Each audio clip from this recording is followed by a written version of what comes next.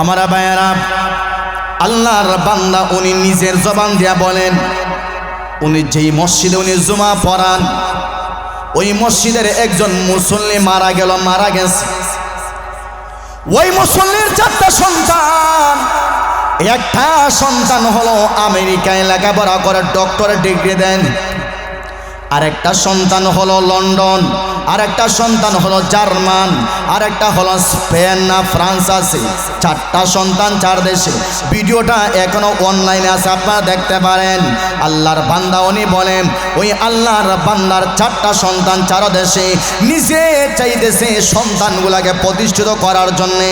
আমরাও তো চাই আমরা যেন আমাদের সন্তানগুলাকে এই গোটা দুনিয়ায় আমরা প্রতিষ্ঠিত করে রেখে যাই। কথা শুনে বলেন ঠিক কিনা? আল্লাহর বান্দা চাইলো আমার সন্তানগুলাকে আমি প্রতিষ্ঠিত করে রেখে যাই, কোনো সমস্যা হবে না। হঠাৎ করে আল্লাহর বান্দা দুনিয়া থেকে বিদায় হয়ে গেছে। একটা সন্তান, যেই সন্তান আমেরিকায় আছে, ওই সন্তানটা শুধু দেশের মধ্যে আসছে, বাকি 3টা আইতে পারে নাই।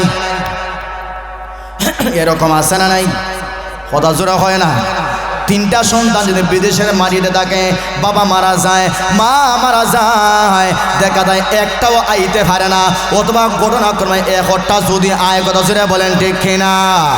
এ মুসলমান ভাই, আল্লাহর বান্দা সে মারা গেছে, কিন্তু একটা সন্তান দুনিয়াতে আছে, দেশের মধ্যে আছে। সে আসে টুপি মাথায় দিছে, জোহরের নামাজের পরে জানাজার নামাজ অনুষ্ঠিত হইব।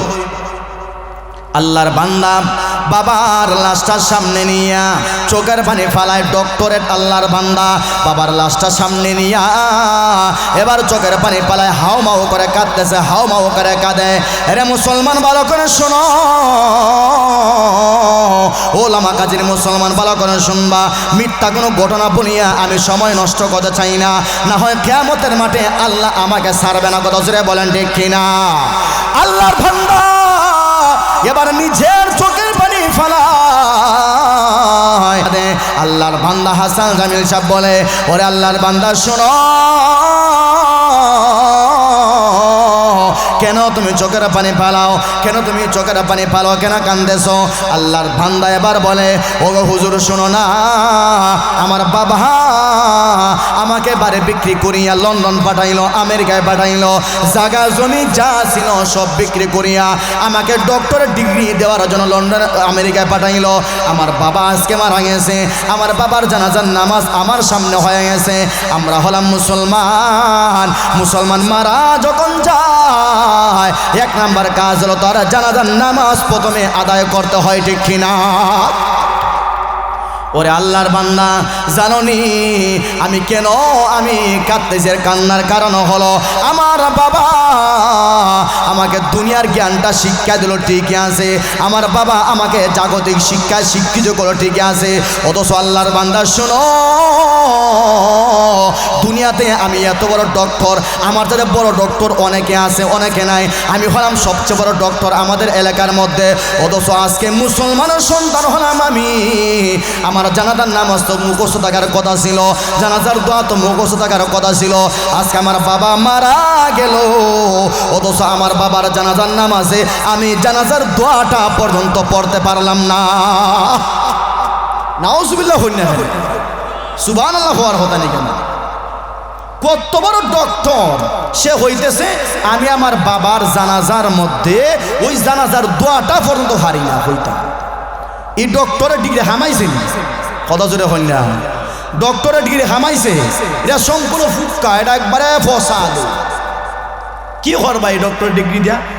বাবার জানাজার নামাজ সামনে, তো বাবার জানাজার নামাজে কি করতে পারে না? এ দোয়াটা পড়তে পারে না। এরকম নাদান আছে না নাই? কথা জোরে আছে না নাই? মা মারা যায়, মার জানাজার নামাজের দোয়া পড়তে পারে না, রাব্বির হামহুমা কামা রাব্বায়ানি সগীরা, এই দোয়াটা পর্যন্ত কবরের সামনে গিয়ে পড়তে পারে না। অথচ সে অনেক বড় ডাক্তার, অনেক বড় ইঞ্জিনিয়ার। কথা জোরে বলেন আছে না নাই? অনেক আছে। এই হলো পার্থক্য। মাদ্রাসা শিক্ষার পার্থক্য আর জাগতিক শিক্ষার পার্থক্য এখানে। তবে হ্যাঁ ভাই, আমি এই বলে জাগতিক শিক্ষাকে আমি নিচু করতে চাই না, কারণ অনেক আছে স্কুল কলেজে ভার্সিটিতে পড়ার পরেও দেখা যায় তার দাঁড়িয়ে আছে, লম্বা পাঞ্জাবি লম্বা জামা আছে, আল্লাহর কোরআন সে পড়ে, নবীর হাদিসে পড়ে, সেও অনেক বড় আলেম হইয়া যায়, আছে না নাই? অনেক আছে। কিন্তু হঠাৎ সব ক্ষেত্রে না। এজন্য সকলের কাছে আমার আবদার হলো, আমার যদি একটা সন্তান থাকে, আমার যদি একটা ছেলে থাকে, একটা মেয়ে থাকে, কমসে কম একটা ছেলেকে আপনি মাদ্রাসায় লেখাপড়া করান, একটা ছেলেকে আলেম বানান। ভাই জানেন না, নবীজি বলতেছেন কিয়ামতের মাঠে একটা আলেম যদি আপনি বানায় যাইতে পারেন, কিয়ামতের মাঠে আপনার জন্য আপনার ছেলে আল্লাহর কাছে সুপারিশ করবে, আপনার জান্নাতে নিয়া পর্যন্ত সে নিস্তার দিবে। সুবহানাল্লাহ। এই পরিমাণ সম্মান একজন আলেমের, সে আপনাকে জান্নাতে নিয়েই যাবে। হে একা জান্নাতে যাবে না, বলবে আল্লাহ আমার বাবাকে আমার সাথে দাও, আমার মাকে আমার সাথে দাও, আমি একা জান্নাতে যাব না। কাজে আমরা যদি চাই, আমি আমার জীবনটাকে পরিবর্তন করতে চাই, যুবক ভাইদেরকে বলি আল্লাহর ওয়াস্তে এখনো সময় আছে, এশার আজান হবে, নামাজটা পড়েন ভাই। এই মুহূর্তে যদি আপনি বলেন হুজুর নামাজ তো পড়বো, আমার প্যান না ফাঁক, তাহলে আপনি মুসলমানের সন্তান বুঝবো কেন? অনেকের আছে না নাই? প্রস্তাব করে পানি নেয় না, এরকম আছে না নাই? অনেক আছে মুসলমানের সন্তান প্রস্তাব করে পানি নেয় না। এটা কি বুঝার বিষয়? লজ্জার বিষয় না? এটা লজ্জার বিষয়, তো আশ্চর্যের বিষয়। এজন্য ধর্ম জ্ঞান যদি কারো ভিতরে না থাকে পাই, সে ধার্মিক কোনোদিন হতে পারে না, আস্তে একটা মূর্খের কাতারে সে চলিয়া যায়। একমাত্র ধর্মের জ্ঞান যার কাছে আছে, সেই আল্লাহর কাছে প্রকৃত মানুষ হিসেবে দাঁড়াইতে পারবে। কথা জোরে বলেন ঠিক কিনা? সেই দাঁড়াইতে পারবে। আর আপনার কাছে আমার কাছে যদি ধর্মের জ্ঞান না থাকে, তাইলে দেখবেন কোনোদিন সম্ভব না, আপনি জাহান্নাম থেকে বাঁচার সম্ভব না। আমার বায়ানা আল্লাহর পয়গম্বর আবার বলেন, মান ইউরিদিল্লাহু বিহি খায়রান ইউফাক্কিহু ফিদ্দীন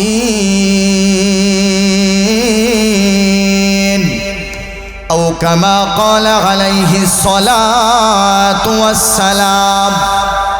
আল্লাহর পয়গম্বর আবার বললেন, এ উম্মত ভালো করে শুনবা, আমার আল্লাহ যাকে পছন্দ করে, আমার আল্লাহ যাকে চায়, আমার আল্লাহ যার উপরে রাজি হইয়া যায়, যার উপরে আমার আল্লাহ সন্তুষ্ট হইয়া যায়, ওই বান্দাকে মহান আল্লাহ ধর্মের ইলম দান করে দেয়। যাকে আল্লাহ পছন্দ করে তাকেই ধর্মের জ্ঞান দান করে। আপনি 20 টাকার মালিক হইলেও ধর্মের জ্ঞান আপনি হাসিল করতে পারবেন না। আপনি পয়সা টাকা মালিক হইলেও, কোটি কোটি ব্যাংক ব্যালেন্স আপনার থাকলেও আপনি ধর্মের জ্ঞানের মালিক হইতে পারবেন না, যদি আল্লাহ আপনাকে পছন্দ না করে। কাজেই আপনারা নিজের বিবেক দিয়া বলেন, যারা শিল্পী হইছে, যারা গায়ক হইছে, যারা নাচনেওয়ালা গায়িকা হইছে, যারা নাচনেওয়ালা গায়ক হইছে, যারা ক্রিকেট খেলা শিখতেছে, যারা ফুটবল খেলা শিখতেছে, সবই তো আল্লাহর পছন্দ মতো হইছে। কথা হই না কেন? হ্যাঁ চাচা এটা হাসা নাইনি? ও চাচা হাসা হইয়া হবে একবার, আপনি কইলেন হাসা হাসা নাইনি? হ্যাঁ, যারা ক্রিকেট খেলা খেলে মাসে 5 লাখ 6 লাখ টাকা বাংলাদেশের থেকে বেতন পায়, আমাদের ট্যাক্সের টাকায় তাদের বেতন দেওয়া হয়। যারা গান গায়, যারা নাচনেওয়ালি, এক কথায় অপসংস্কৃতিতে যারা যুক্ত, যাত্রাপালা বলেন, হাউজি বাম্পারে যারা শখ করে নাচে, এরা তো আল্লাহর পছন্দ মতোই এগুলো হইছে না? যদি আপনারা না বলেন, তাহলে আপনাদের মেজাজ সুস্থ না, আপনাদের বিবেক সুস্থ না, আপনাদের বিবেক একেবারে দুর্বল হয়ে গেছে, অকেজ হয়ে গেছে। এখন বলতে পারেন হুজুর আপনি এত বড় কথা হইলা, আমরার বিবেক অকেজ হয়ে গেছে, আমরার বিবেক সুস্থ না। হ্যাঁ, আল্লাহর কসম একবার, আল্লাহর কসম 2 বার, আল্লাহর কসম 3 বার বলতেছি, আমাদের বর্তমান প্রজন্মের মেজাজ এবং দেমাগ সম্পূর্ণ নষ্ট হয়ে গেছে। এখন বলবেন কেমনে? আপনার কাছে একটা ক্রিকেটারের যে পরিমাণ মূল্যায়ন, তার জন্য আপনি জীবন দিয়ে দেন রাস্তায়। আপনার কাছে একটা খ্রিস্টানের যে পরিমাণ ভালোবাসা, তার জন্য রাস্তায় আপনি জীবন দিয়ে দেন। আপনার জন্য একজন ফুটবলারের যেই পরিমাণ মহব্বত ভালোবাসা, তার জন্য আপনি অনশন করেন, আপনি খান না, তার কাটিংয়ে চুল কাটেন, তার কাটিংয়ে ভ্যান ভিন দেন, তার কাটিংয়ে গেঞ্জি গায়ে দেন। একজন আলেমের আদর্শ কয়জন অনুসরণ করলো? কয়জন অনুসরণ করছে? কাজে বুঝা গেল আমরার মেজাজ এটা খারাপ না বালা, এটা গন্ধ ধরছে, পচায় ধরছে, পচায় এই জায়গায় পচায় ধরছে। আর না হয় আপনারা জবান দিয়া বলেন, জবান দিয়া বলেন, আল্লাহ যারে পছন্দ করে আল্লাহ তার কোরআনের জ্ঞান দান করে, আল্লাহ যারে পছন্দ করে আল্লাহ তার নবীর ইলমে নববীর জ্ঞান দান করে। কাজে আমাদেরকে যে আল্লাহ কোরআনের ইলম যতটুকুই আছে আল্লাহ জাহার জোহার দেয় একবারে বাইয়া যেটা ইডুই আল্লাহ আমরা দিছুন, হুজুরে দিছুন। কাজে আল্লাহর পছন্দ মনে হয় হইছে না আমরা কথা জোরে হল না।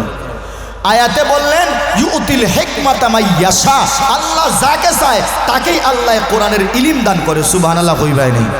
কাজে আমরা যে কোরআন থেকে কথা কইতাছি, যতটুকুই হারছি আমরা শিক্ষা গ্রহণ করছি, মানে আল্লাহর পছন্দ আমরার উপরে নাই নাকি? না, আল্লাহর পছন্দ হইছে আমরা ভাই। আপনি মনে যা চায় তাই বলতে পারেন, কিন্তু আল্লাহর কসম করে বলতে পারি আল্লাহর পছন্দ হইছে বিদায় আল্লাহ আমাদেরকে তার কোরআনের কিছু জ্ঞান আল্লাহ আমাদেরকে দিয়েছে। সুবহানাল্লাহ। আর না হয় এই কোরআনের জ্ঞান নিয়ে এই জায়গাতে বসতে পারতাম না। আল্লাহ যদি আমাদেরকে পছন্দ করে দেয়া থাকে তাইলে তো আমাদের সম্মান, একজন ইমাম সাহেবের সম্মান, একজন মুয়াজ্জিন সাহেবের সম্মান, একজন বক্তার সম্মান, একজন আলেমের সম্মান, সমাজের সবচেয়ে কোটিপতি যেই চেয়ারটার মধ্যে বয় তার হান্দের উপরে চেয়ার রাখিয়া ওই তার হান্দের চেয়ারের উপরে ওই আলেমরে বয়ার দরকার আছে না নাই? কথা জোরে হয় না এখানে? কিন্তু আজকে আমরাই আলেমের হান্দের উপরে লন্ডনের বয়। কথা জোরে হয় না? তো এই সমাজ কি ধ্বংস হইতো না? এই সমাজ তো অটোমেটিক ফুচ্চা যাইব। ওই সমাজে ভালো মানুষ থাকার কোনো অধিকার নাই, এই সমাজে ভালো মানুষের কোনো দামও নাই। কথা বুঝাইছে নি? হ্যাঁ, বুঝলে বুঝফা, না বুঝলে কিচ্ছু করার নাই। আল্লাহ নবী বলেন মাই ইউরিদিল্লাহু বিহি খাইরান ইউফাক্কিহু ফিদ্দীন, আল্লাহ যারে চায়, আল্লাহ যাকে পছন্দ করে তাকে আল্লাহ ইলিম দান করে। মাদ্রাসার মধ্যে যেই সমস্ত তোয়ালেবে ইলিম ভাইয়েরা এখানে আসেন, পড়তেছেন, আল্লাহ তাদেরকে পছন্দ করছে বিদায় তারা কোরআনের ইলিম শিক্ষা করতেছে। সুবহানাল্লাহ হইবে। সুবহানাল্লাহ হইলে কিন্তু আমরা লস আছে, বহুত বড় লস।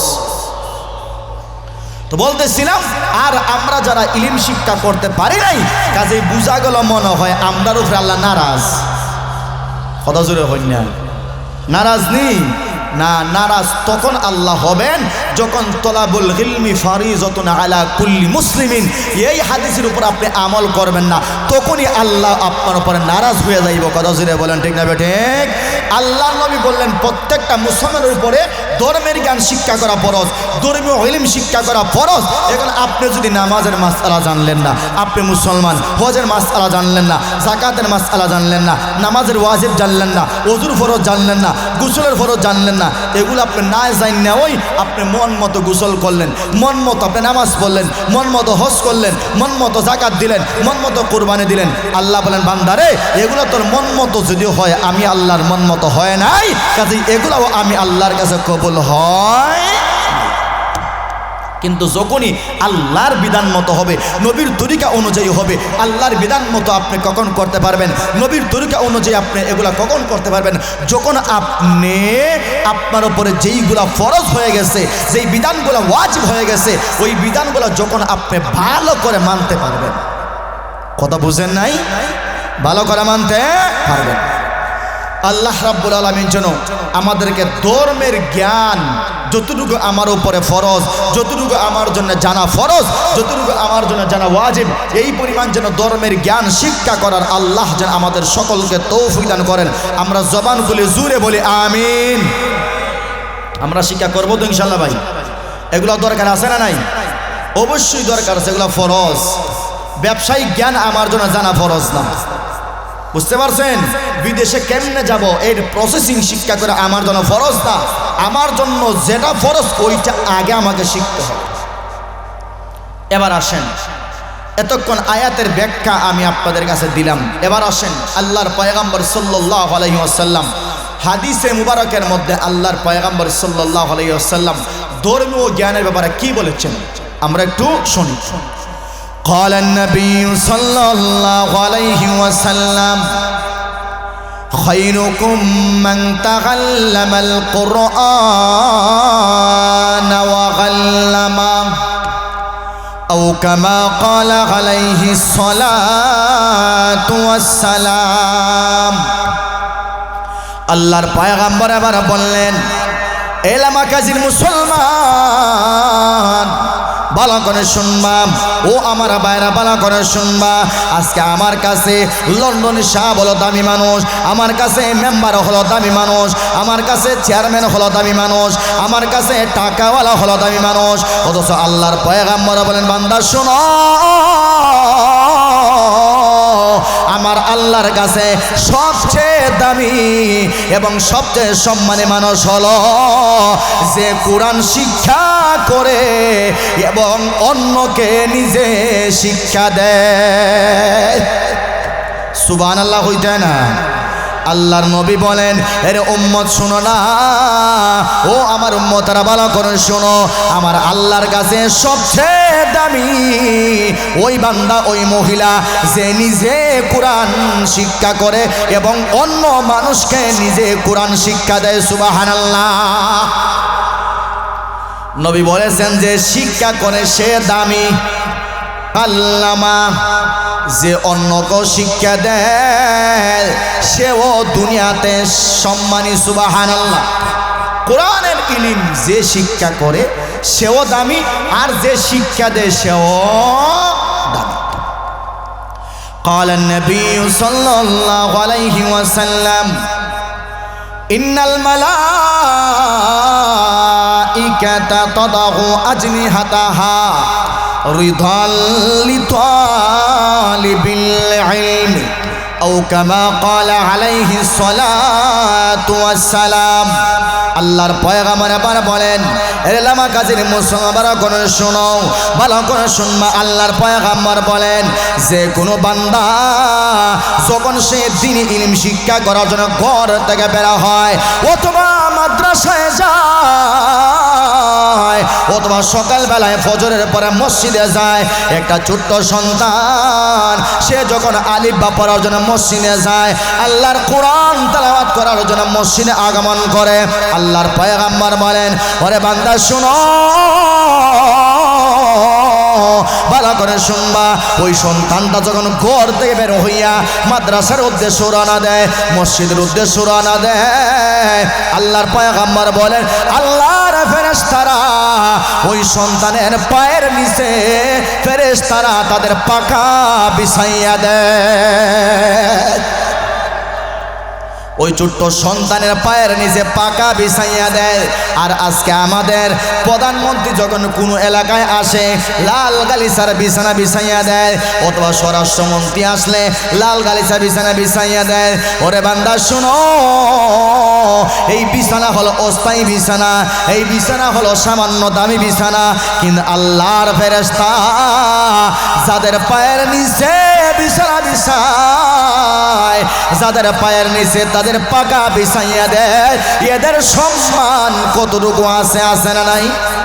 কত সম্মান আছে না নাই? এদের সম্মান প্রধানমন্ত্রীর চাইতে কোটি গুণ বেশি, রাষ্ট্রপতির চাইতে কোটি গুণ বেশি। কথা জোরে বলেন ঠিক কিনা?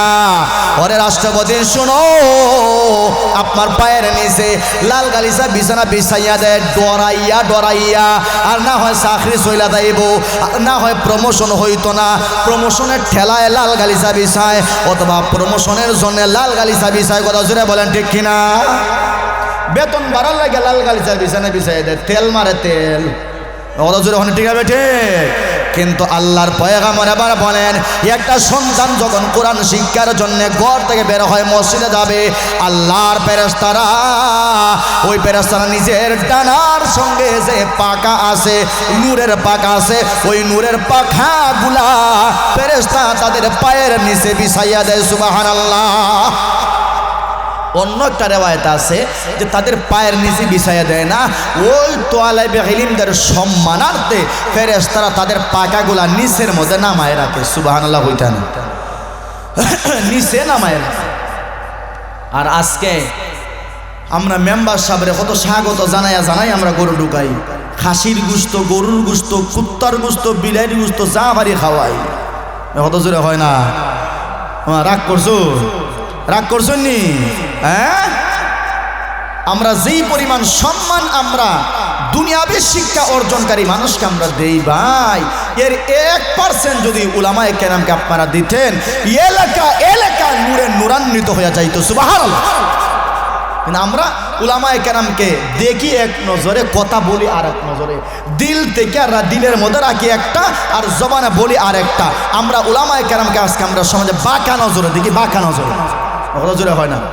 কত জোরে বলেন? অথচ আল্লাহর পয়গম্বর কি বলেছেন? এই উলামায়ে কেরামই হলো গোটা আসমান এবং জমিনের যে সম্মানী মানুষ। সুবহানাল্লাহ। আর কারো কথা কইছেন নি আল্লাহর নবী যে তারা সবচেয়ে বেশি সম্মানী? আল্লাহর নবী বলেন আসমানের নিচে জমিনের উপরে সবচেয়ে সম্মানী মানুষ হলো যে নিজে কোরআন শিক্ষা করে এবং অন্যকে শিক্ষা দেয়। সুবহানাল্লাহ নাই?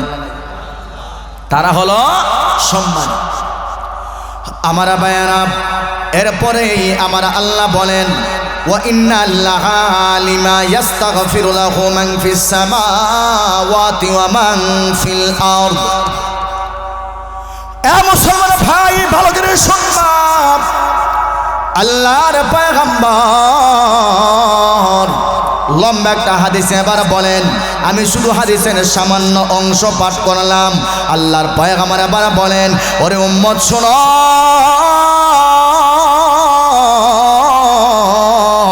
একজন আলেম যে ইলম শিক্ষা করে আলেম হইল, যে কোরআনের ইলম শিক্ষা করে বলো ভালো আলেম হইল।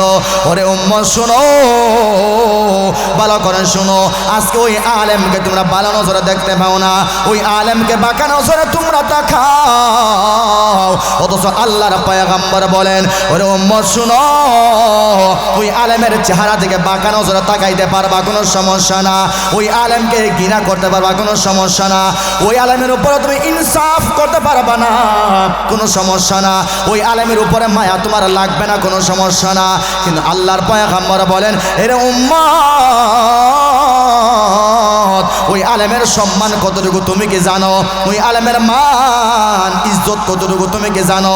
একজন আলেমের জন্যে মহান আল্লাহর মাখলুকাত, মান ফিস সামাওয়াত, আসমানে যত মাখলুকাত আছে, ও মান ফিল আরদ, জমিনে যত প্রাণী আছে, সবাই ওই আলেমের গুনাহ মাফের জন্যে আল্লাহর কাছে দোয়া করে। আল্লাহ নবী নিজে বলতেছেন, মান ফিস সামাওয়াতি ওয়া মান ফিল আরদ, আকাশে যত মাখলুক আছে সবাই আলেমের গুনাহ মাফের জন্য দোয়া করে। জমিনে যত মাখলুক আছে, ওই মাখলুকগুলা আলেম যদি গুনাহগার হয়, ওই আলেমের গুনাহ মাফের জন্য আল্লাহর কাছে দোয়া করে। সুবহানাল্লাহ। এরপরে আল্লাহর নবী আবার বলেন, সমুদ্রের নিচে যে মাছ আছে, মাছ আছে না নাই? এ মুসলমান ভাই, আল্লাহ আবার বললেন, ওই সমুদ্রের নিচে যে মাছ, ওই মাছটাও আলেমের গুনাহ মাফের জন্য আল্লাহর কাছে দোয়া করে। ওরে মুসলমান শোনো,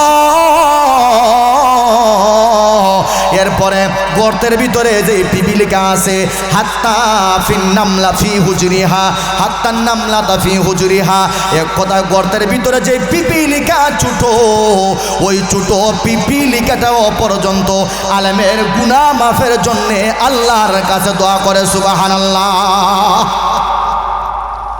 আপনি দোয়া করেন না, কোনো সমস্যা নাই। আলেমকে বাঁকা নজরে তাকানো, কোনো সমস্যা নাই। আলেমকে মহব্বত করা লাগবে না, কোনো সমস্যা নাই। আল্লাহর মাখলুক যত মাখলুক আছে আসমানে জমিনে, সব মাখলুকে ওই আলেমকে মহব্বত করে। সুবহানাল্লাহ। সমুদ্রের মাছেও দোয়া করে আলেমের জন্য, সমুদ্রের মাছে এবং গর্তের পিপিলিকাটা পর্যন্ত ওই আলেমের জন্য গুনাহ মাফের জন্য দোয়া করে। সুবহান। আপনার জন্য দোয়া করেনি? হ্যাঁ, না, আলেমের জন্য, আলেমের গুনাহ মাফের জন্য দোয়া করে। এই কথাকে মিথ্যা কথা বলছি ভাই? হ্যাঁ, হাদিসের কিতাব আছে, উলামায়ে কেরাম ডানে আছেন বামে আছেন, মাইকের আওয়াজও যাইতেছে। যদি মিথ্যা কথা বলে থাকে তাহলে উলামায়ে কেরাম ভুল করবেন, প্রমাণ করে দিবেন যে এটা এই হাদিসটা মিথ্যা হাদিস। আল্লাহর নবী বলেছেন যে উলামায়ে কেরাম হলো আসমানের নিচে জমিনের উপরে সবচেয়ে সম্মানী মানুষ। সুবহানাল্লাহ, কত জোরে হয় না? সুবহানাল্লাহ হইতে না?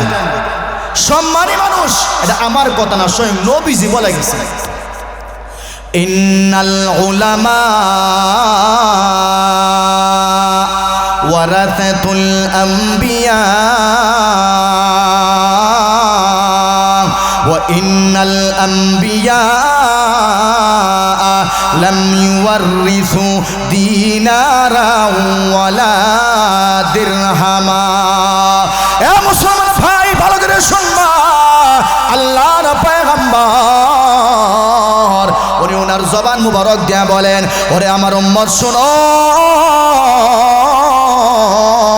ভালো করে শোনো, আমি নবী তো কিয়ামত পর্যন্ত হায়াত পাইলাম না, আমি নবী তো দুনিয়াতে থাকবো না, আমার পরবর্তী প্রজন্মে আমার নায়েবে নবী থাকবে, নবীর ওয়ারিস গুনাহ থাকবে। ওরে মুসলমান শোনো, আজকে আমরা সম্পদের ওয়ারিস বানায়া যায়, টাকা পয়সার ওয়ারিস বানায়া যায়, বাড়ি গাড়ির ওয়ারিস বানায়া যায়, গাড়ির ওয়ারিস বানায়া যায়। আল্লাহর পয়গম্বর বলেন, উম্মত শোনো, আমার নায়েবে নবী যারা উলামায়ে কেরাম হবে, যাদেরকে মহান আল্লাহ কোরআনের ইলম দিবে, যাদেরকে হাদিসের ইলম দেবে, তারা হলো নবীর ওয়ারিস। সুবহানাল্লাহ, তারা হলো নবীদের ওয়ারিস, নবীর ওয়ারিস, নবীর সম্পদের ওয়ারিস না, নবীর টাকা পয়সার ওয়ারিস না। নবী যেই ইলম দুনিয়াতে রেখে গেছেন, ওই ইলমের ওয়ারিস হলো নবীর নায়েবে রাসূল। সুবহানাল্লাহ, উলামায়ে কেরাম হলো নবীগণের ওয়ারিস, সম্পত্তির ওয়ারিস না, ইলমের ওয়ারিস। সম্পদ আপনার বাবায় রেখে গেলে ওই সম্পদ আপনারা 5 ভাই বন্টন করেননি? কথা জোরে হয় না? 6 ভাই বন্টন করেননি? নবী দুনিয়া থেকে চলে গেছেন, কোরআন রেখে গেছেন, হাদিস রেখে গেছেন। এই কোরআন হাদিস থেকে মহান আল্লাহ যাকে চায় তাকে ইলম দান করবে, আর ওই ইলম উলামায়ে কেরাম আবার জনগণের মধ্যে বলে বলে বন্টন করে দেয়া দিবে। সুবহানাল্লাহ, এই হলো ওয়ারিস। কথা বুঝাইছে? কিন্তু আজকে আমরা এই সম্পদ নিতে চাই না। উলামায়ে কেরামের জবান থেকে নবীর যে বাণীগুলা উলামায়ে কেরাম বলে, এগুলো আমরা নিতে চাই না।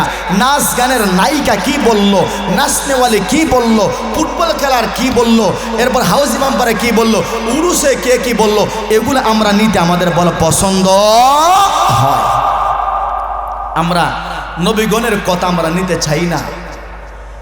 যুব সমাজ আজকে অধপতনের দিকে যাইতেছে। যুব সমাজ 100-এর মধ্যে প্রায় 95% যুব সমাজ আজকে ধ্বংসের দিকে। কথা জোরে হয় না কেন? আজকে ধ্বংসের দিকে। যুব সমাজকে ধ্বংস করতেছে নাচ গান, যুব সমাজকে ধ্বংস করতেছে এই অপসংস্কৃতি, যুব সমাজকে ধ্বংস করতেছে ফুটবল খেলায়, যুব সমাজকে ধ্বংস করতেছে ক্রিকেট খেলায়, যুব সমাজকে ধ্বংস করতেছে উরুস নামক অপবিত্র স্থানে। কথা জোরে বলেন ঠিক না বেটে? এগুলা ধ্বংস করতেছে। এজন্য যুব সমাজের প্রতি আমার অনুরোধ হলো যে হায়াত কতদিন আছে ভাই তুমি নিজেও বলতে পারো না, কোন দিন মারা যাইবা আমি কি বলতে পারি ভাই? হ্যাঁ, আজকের ইলামা কাজীর অনেক যুবক অযথা, কোনো প্রয়োজন নাই, নিষ্প্রয়োজন, একেবারে প্রয়োজন ছাড়া রাস্তাঘাটে ঘুরাইতেছেন। কথা জোরে হয় না কেন? মেলায় চক্কর দিতেছেন, কোনো প্রয়োজন নাই, এমনিতেই এই জায়গাতে আসার এবং বসার তার কপালে জুটে নাই। কথা জোরে বলেন ঠিক আছে? ঠিক, এই জায়গাতে সবার দ্বারা ঢুকাও সম্ভব হয় না। আপনি মনে মনে ধারণা করছেন কেশবপুর থেকে অথবা যুগের লামাকাজি থেকে যে আমি ওয়াজে যাব, কিন্তু দেখবেন শয়তান আপনার সাথে সাথে আসে না নাই? শয়তান আপনার সাথে আসে না নাই? শয়তান আপনার পিছনে পিছনে আসতেছে।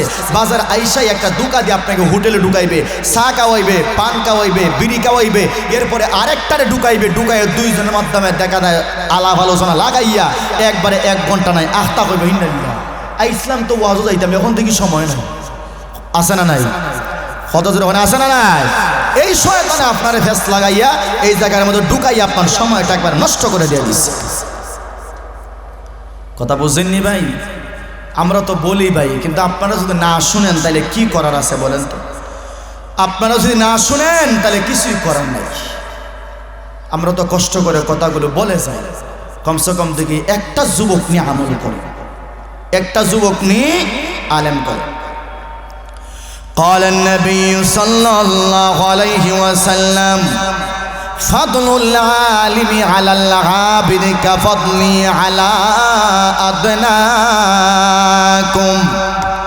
أو كما قال عليه الصلاة والسلام। আল্লাহর নবী বলেন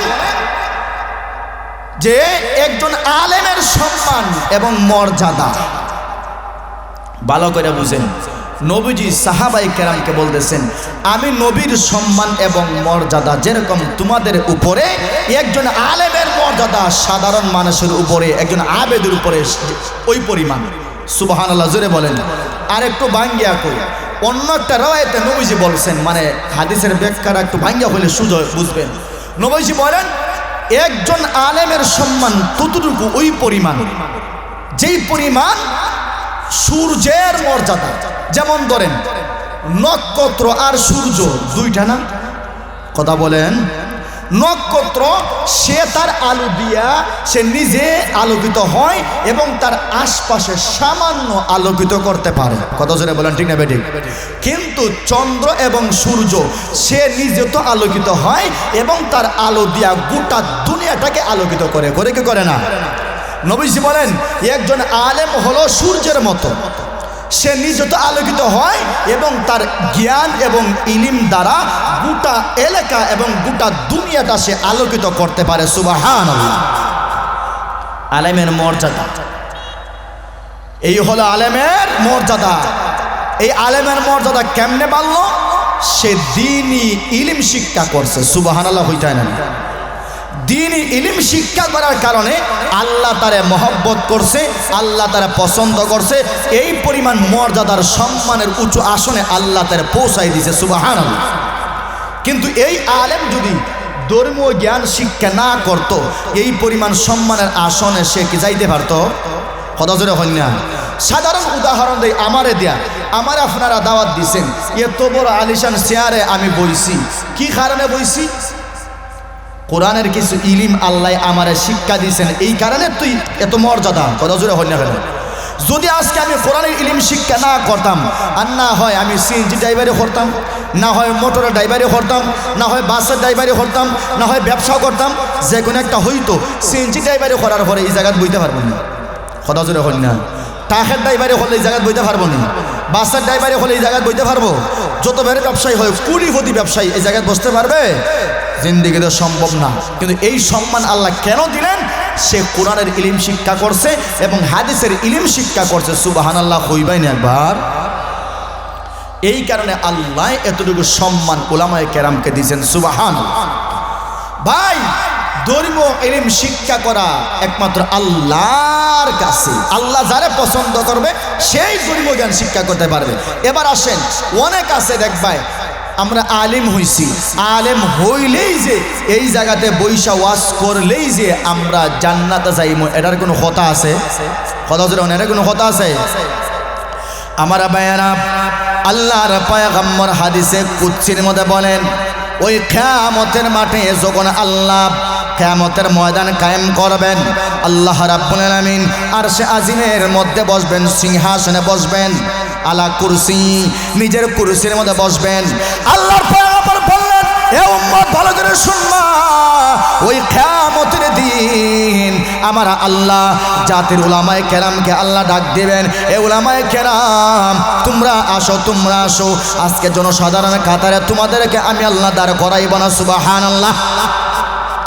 জনসাধারণের কাতারে আমি আল্লাহ তোমাদেরকে দাঁড়া করাইব না, তোমরা আমার দিকে চেয়ে আসো, আমার দিকে আসো। আল্লাহর পয়গম্বর বলেন, মহান আল্লাহ ওই উলামায়ে কেরামকে লক্ষ্য করে একটা ভাষণ দিবেন, ওরে আলেম, আমি আল্লাহ তোকে আমার কোরআনের ইলম দিয়েছে জাহান্নামে দেওয়ার জন্য না, আমার পয়গম্বরের হাদিসের জ্ঞান দিয়েছে জাহান্নামে ফালানোর জন্য না।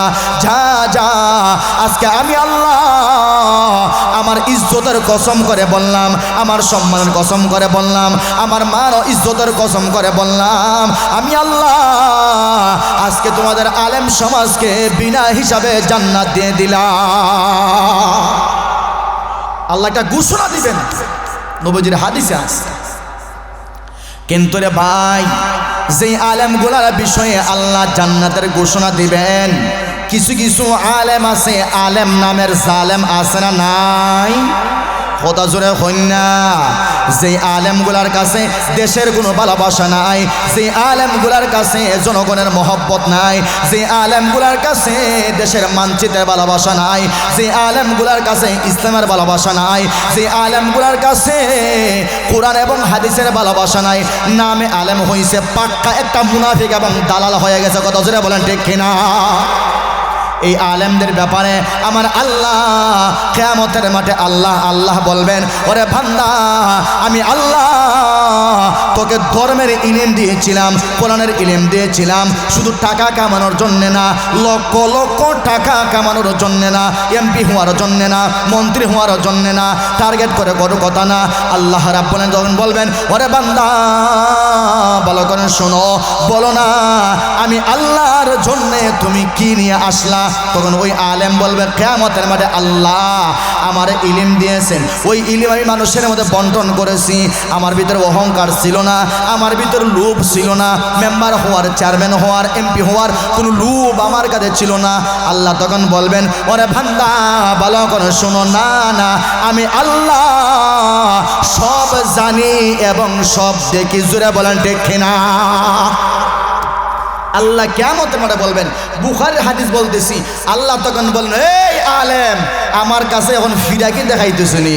দুনিয়ার মানুষে তুমি ফিরাকি দেখাইয়া নষ্ট করেছো, দেশ নষ্ট করেছো, ঐক্য নষ্ট করেছো, জাতি নষ্ট করেছো, সমাজ নষ্ট করেছো, সামান্য লোভের কারণে সব ধ্বংস করে দিয়ে দিছো। লম্বা ভাগরি বান্ধিয়া, লম্বা জুব্বা পিন্দিয়া, উলামায়ে কেরামের সম্মান না বুঝিয়া, ইসলাম এবং মানবতা, দেশ এবং দেশের মানচিত্র রক্ষার ক্ষেত্রে না গিয়া তুমি কি দা করছো? মানুষকে দুকা দিয়া বুকা বানাইয়া লক্ষ লক্ষ টাকা ইনকাম করছো। আর এটা এখন আমার কাছে তুমি বুঝাই দেয়নি। আমি আল্লাহ দুনিয়া দেখতো তোমারও সব দেখছি, এখানে সব দেখছি। যাও তুমি বড় আলেম হইছো, দুনিয়ায় সবাই তোমার বড় আলেম কইছে, বড় আলেম কইছে। এই জায়গাতে আজকে আমার কাছে কিছু নাই, একটা আছে শুধু জাহান্নাম। ওই জাহান্নাম হলো তোমার জায়গা। নাউজুবিল্লাহ জোরে বলেন। কিয়ামতের মাঠে আল্লাহ কিছু আলেমকে সুজা জাহান্নামে পাঠাইব, জান্নাত দেখাইতো না আল্লাহ। কথা জোরে হই না, জানা মিসা? বুখারীর হাদিস হুজুর আছেন এখানে। আল্লাহ কিয়ামতের মাঠে কইবা, ও ইডার লাগে তুমি নিজের আলেম পরিচয় দিছো, ইডার লাগে আমি তোমার ইলম দিছিলাম, ইলম বেচ্চা খাইছো, আর মানুষের দুকা দিয়া বুকা বানাইছো। দেশের সম্মান তোমার কাছে ছিল না, ইসলাম মানবতা রাষ্ট্রের সম্মান তোমার কাছে ছিল না, উলামায়ে কেরামের সম্মান ইজ্জত তুমি বুঝো নাই, উলামায়ে কেরাম এক জায়গায় থাকুক এটাও তুমি বুঝো নাই। আজকে যাও ভাই সাহেব, তোমার আমি আল্লাহর কাছে তোমার লাগে কিচ্ছু নাই, আছে একটা জাহান্নাম। সুজা জাহান্নামে চলে যাও, দেখবেন কিয়ামতের মাঠে আল্লাহ রাব্বুল আলামিন কিছু আলেমকে আবার বিনা হিসাবে জাহান্নামে পৌঁছাই দিবেন। নাউজুবিল্লাহ জোরে বলেন। এরকম আলেম আছে না নাই? খোদা জোরে এখন আলেম আছে না নাই? এরকম আলেম আছে ভাই, বিনা হিসাবে জাহান্নামে যাইব। আমরা কি চাই যে বিনা হিসাবে জাহান্নামে যাইতাম? আল্লাহ যেন আমাদেরকে হেফাজত করে। জোরে বলেন আমিন। আর একটু জোরে বলেন আমিন। আমাদের এখানে মনে হয় আজান হবে 15তে, 7:15 আদান হবে। আমি জিজ্ঞেস করে আসছি, আপনারা বসেন, বসবেন তো ইনশাল্লাহ? কথা জোরে না বইবা তো? আসুন নি আপনারা, আমারও ওযু করবো, আপনারা ওযু করবা ইনশাআল্লাহ। তো বলতেছিলাম ভাই, এতক্ষণ পর্যন্ত ধর্মের আলোকে আমি আপনাদের কাছে বললাম যে এটা এটা এটা এটা, কিন্তু কিয়ামতের মাঠে আল্লাহ কিছু আলেমকে জাহান্নামে দিবেন, এটা আপনাদের জানা হইছে না? ইনশাআল্লাহ হইছে। এখন কোন আলেম দুনিয়া লোভী আলেম, কোন আলেম আখিরাত চায়, কোন আলেম শুধু দুনিয়া চায়, কোন আলেম শুধু টাকা চায়, কোন আলেম শুধু পয়সা চায়, আর কে আল্লাহ চায়, কে জাতির ভালো চায়, কে ইসলামের ভালো চায়, কে কোরআনের রাষ্ট্র চায়, কে কোরআনের আইন চায়, এই আলেম চিনতে আপনার আর কোন সমস্যা আছে? কথা জোরে হল না? আর কোনো সমস্যা হইব? আশা করি আর কোনো সমস্যা হবে না। যে কে প্রকৃত আলেম আর কে দুকাবাজ আলেম, কে প্রকৃত আল্লাহওয়ালা আর কে প্রকৃত মুনাফিক শয়তানওয়ালা, কথা জোরে বলেন ঠিক না বে ঠিক? ভালো করে চিনবেন।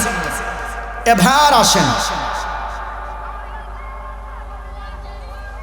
এবার আমার দিকে তাকান, দুইটা উদাহরণ দেব, আপনার দিকে তাকান, দুইটা উদাহরণ, একটা উদাহরণ দেবো কারণ সময় যদি শেষ, আমি 10-এ শেষ করবো ইনশাআল্লাহ। 10-এ বলতেছিলাম যেই মানুষগুলা দ্বীনি ইলম শিক্ষা করে তাদের সম্মান তো আছেই, যাদের কাছে দ্বীনের ইলম আছে ওই সন্তানগুলার মাধ্যমে দেখবেন বেয়াদবি পাবেন না, মা বাবার সঙ্গে ভালো ব্যবহার করবে, সমাজ তার দ্বারা উপকৃত হবে, রাষ্ট্র তার দ্বারা উপকৃত হবে, কথা জোরে বলেন ঠিক না বেঠে?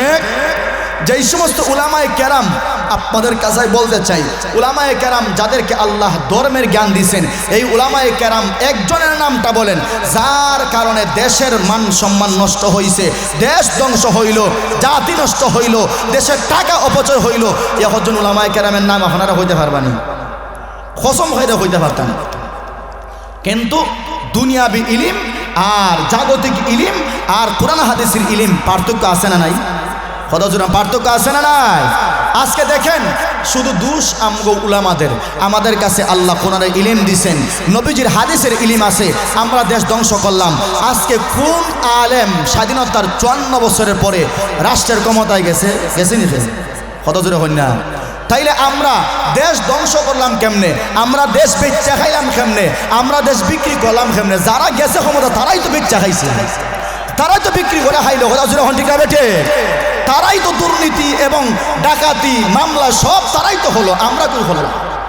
কাজে বোঝা গেল দুনিয়াবি ইলম জাগতিক জ্ঞান যারা শিক্ষা করে তারা প্রকৃত মানুষ হতে পারে না। হ্যাঁ, যারা একটা যদি মিস্টেক হয় তাহলে এটা আল্লাহর যদি নজর পড়ে, কথা জোরে হন ঠিক না বেঠে? ভালো করে বুঝবেন, জাগতিক জ্ঞান শিক্ষা করার পরে সবাই মানুষের কাতারে যাইতে পারে না। বাস্তব একটা উদাহরণ বলেই আমি আমার আলোচনা শেষ করব ইনশাআল্লাহ। ঢাকার একটা জানাজার নামাজের কথা আমি বলি আপনাদেরকে। আমাদের বাংলাদেশের একজন বরেণ্য আলেম আল্লামা মুফতি হাসান জামিল সাহেব দামাত বারাকাতুহুমুল আলিয়া, নাম শুনছেন না আপনারা? কত জোরে হয় না আপনারা?